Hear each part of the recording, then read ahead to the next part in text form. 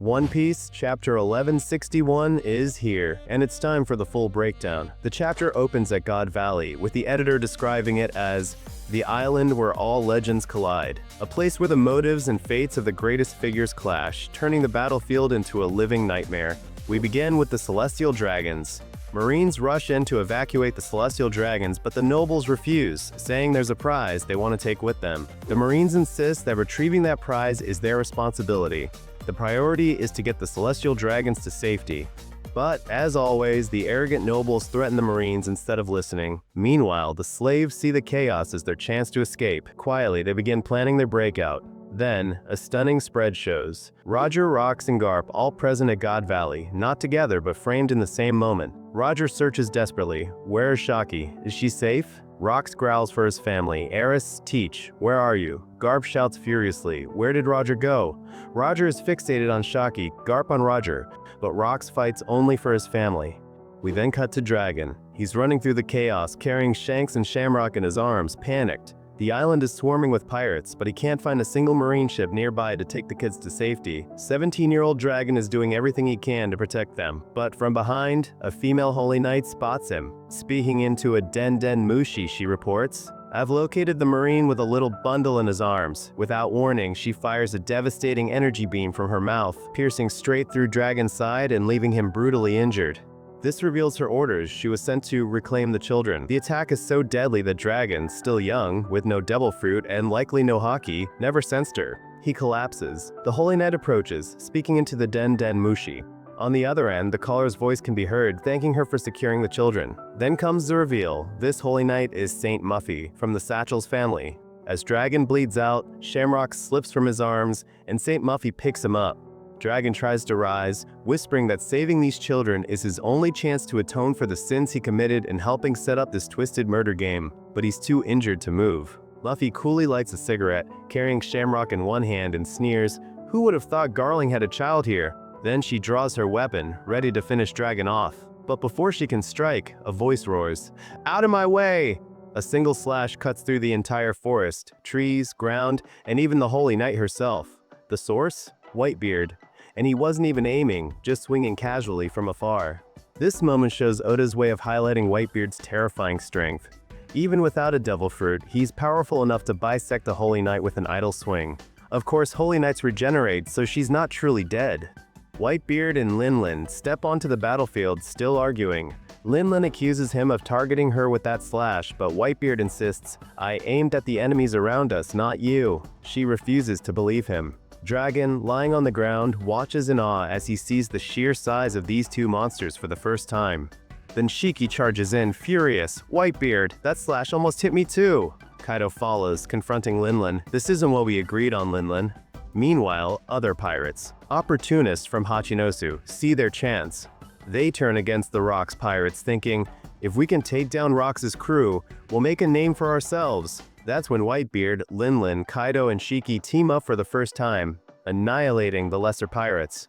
It is one of the most satisfying panels. It's history in the making, the future emperors of the sea fighting side by side. Saint Muffy, shocked by the chaos, still carries Shamrock. Dragon, barely conscious, despairs. "I could probably slip away now, but I lost the babies." Then he notices one of the child lying nearby. Shanks. Summoning the last of his strength, he moves to protect him.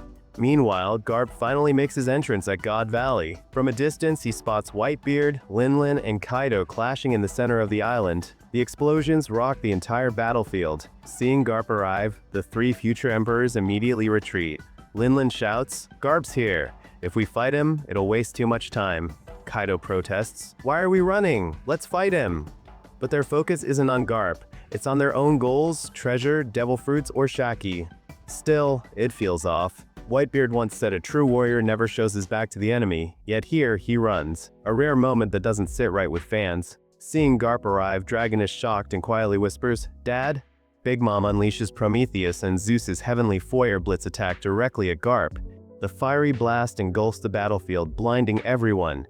When the smoke clears, Garp steps forward, completely unharmed, radiating overwhelming power. Smirking, he say, "Linlin, that fire of yours isn't hot enough to cook my ribs." A brutal flex that cements his status as the Marine's hero. Seeing that Garp is completely unharmed by the attack, Linlin snaps, "Fuck." St. Muffy reports over the Den Mushy, "I've secured Garling's child. The Marine who kidnapped him is dead." The voice on the other end replies, "You have my eternal gratitude. Now bring the child to me before Garling learns the truth." She leaves with Shamrock, unaware that another child, Shanks, is still alive. Dragon takes Shanks into his arms. "I couldn't save your brother, but I swear, I'll protect you." A heartbreaking moment where Shanks and Shamrock are separated. Meanwhile, the slaves try to flee amid the chaos. A female holy knight blocks their path, pistol raised, and opens fire mercilessly. "You really thought you could get away in this chaos? Pirates or townfolk? None of you will escape on my watch." A map spread shows the situation. Rock's pirates approaching from the southeast. Roger's crew from the northwest, with the Marines caught in between. The real clash is about to begin. The Rock's pirates race toward where Shakky is held. Everyone is shouting, "I'll save Shakky." They're all competing, desperate to be the first to rescue her, each thinking Shakky will fall for them. But then the infamous Holy Knight Summers appears, and he's got no patience for theatrics. He looks at the carnage, scoffs, and sneers. "Don't tell me all of them were taken out by one little chained-up woman?" Seeing Shakky's defiant smirk only pisses him off more. "How distasteful. There's nothing less cute," he says, then slaps her hard across the face. Shakky fights back and boots him, but Summers just catches her leg. With one brutal motion, he slams his weapon into her thigh, crushing it. He leans in, cold as ice. "Do you know how many pirates came here for you? Your popularity ruined our game. Even if you survive, Garling will claim you. Better I kill you here. Then all their hopes die with you." Seeing your dead body, I wonder what kind of faces they'll make. In the background, we see all are clashing with each other. Roger and Whitebeard crash together, their conqueror's hockey tearing the air itself apart. Sparks rain down, the earth cracks, and every fighter nearby is forced to stop, trembling under the sheer pressure. Through gritted teeth, Roger mutters to Rayleigh, "Damn, my hands are tied right now. I'll leave Shakky to you." He pushes forward, locked against Whitebeard's might. Summers watches the chaos with amusement, like a spectator at the theater. He leans close to Shakky and says, "Can you hear them? They're right outside, but I'm afraid they're a little too late." A nervous Marine blurts out, "Garling won't forgive this kind of transgression." Summers snaps without looking away, "Zip it, say nothing and they'll chalk it up to an accident." His eyes cut to Shakky and smirks. "See that?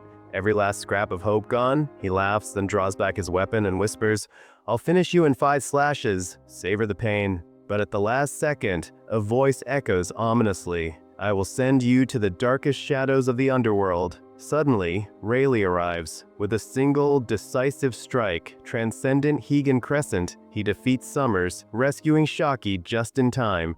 In a deeply emotional moment, Shakky bursts into tears and embraces Rayleigh tightly. "You're late," she says, her voice trembling. Rayleigh, tears streaming down his face as well, softly apologizes. "I'm sorry. If I had come sooner, none of this would have happened." Seeing this scene, Roger and Goblin stand heartbroken, tears streaming down their faces. Roger clenches his fists and growls through gritted teeth, "Save it for later, you dog." The Roger pirates have reached their goal. They find Shakky, and Roger calls out to the crew, "Guys, we got Shakky. Let's grab the treasure and make a run for it." God Valley's incident isn't over yet. We haven't seen Zebek, but chapter 1161 makes it clear, amid all the chaos, Rayleigh was the true winner. He saved Shakky with unmatched style right before everyone's eyes and claimed his one piece. Now I want to hear from you. What did you think about Whitebeard, Big Mom, and Kaido retreating the moment Garp arrived? Was it pure cowardice or just smart strategy, since their real goal wasn't to fight him? And what about Whitebeard specifically? He backed away from Garp, but just moments later he clashed head-on with Roger. Do you think Oda was downplaying Whitebeard here, or was it simply showing how much respect he had for Roger? What do you think Oda was trying to show here? Let me know what you think in the comments. Oh, and next week there is no break. See you in the next chapter breakdown.